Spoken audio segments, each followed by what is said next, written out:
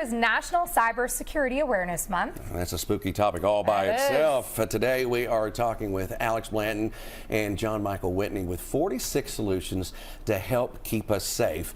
And every single day, it seems like, guys, that there is something new to be literally frightened of on the internet or just by using your phone. How can we just stay safe in normal day-to-day operation, just going to websites and all that good stuff? Yeah, so this is actually the 20th year of National Cybersecurity Awareness Month. And the focus this year is about things that we can do as individuals to improve our security. So passwords is the #1 thing still. I know we've heard that.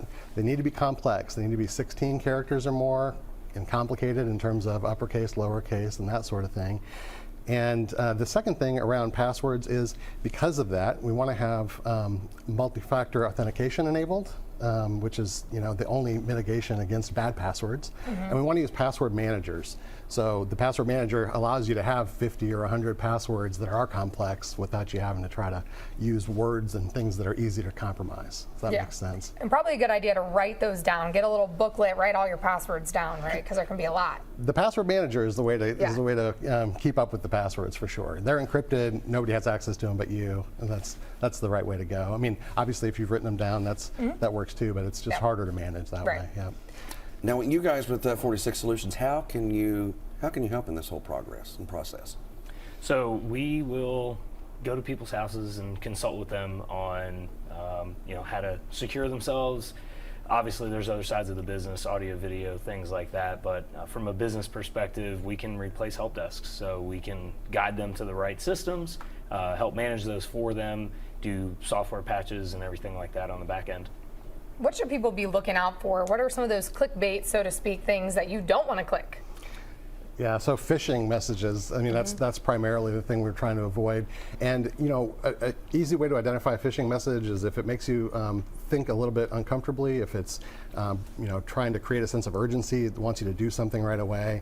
You can always look at the message, inspect it a little bit more carefully, look at where the message is coming from, because most often you can see it's the email address that doesn't belong to your bank, for example.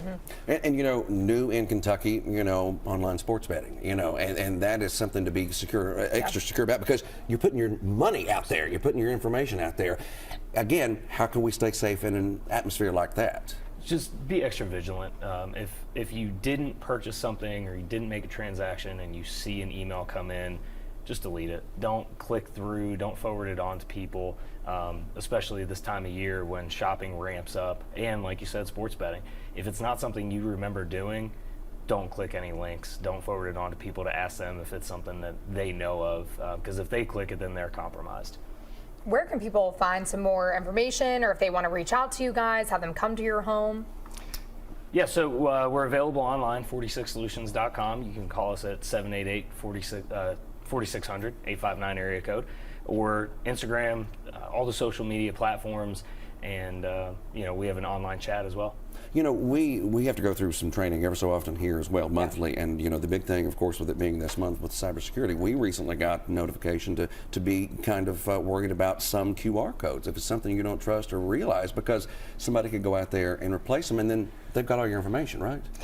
Yeah, if you scan a QR code and it takes you to a malicious site, your device is vulnerable at that point to whatever payload that was on that site. Yeah, so you have to be cautious about what you're scanning for sure. Yeah, definitely. I didn't even think about that. Oh yeah, it was in our training this month. It was in our training. Well, see, I still have to do them. We don't have a certain time we have to do them by, or else I would have already done it. But I have done a few of them, and it's so important. I mean, you can't tell people enough to just be aware. And like you said, the holidays are right around the corner.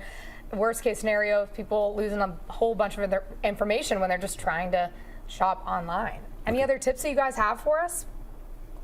Well, just to elaborate on what Alex was saying earlier, if you get that message and you're not sure where it's from, take it into another channel. Like if you're pretty confident that you need to do something about it, if it's from your bank, call the bank. Reach out to that person through another means to verify if you're concerned about it, rather than.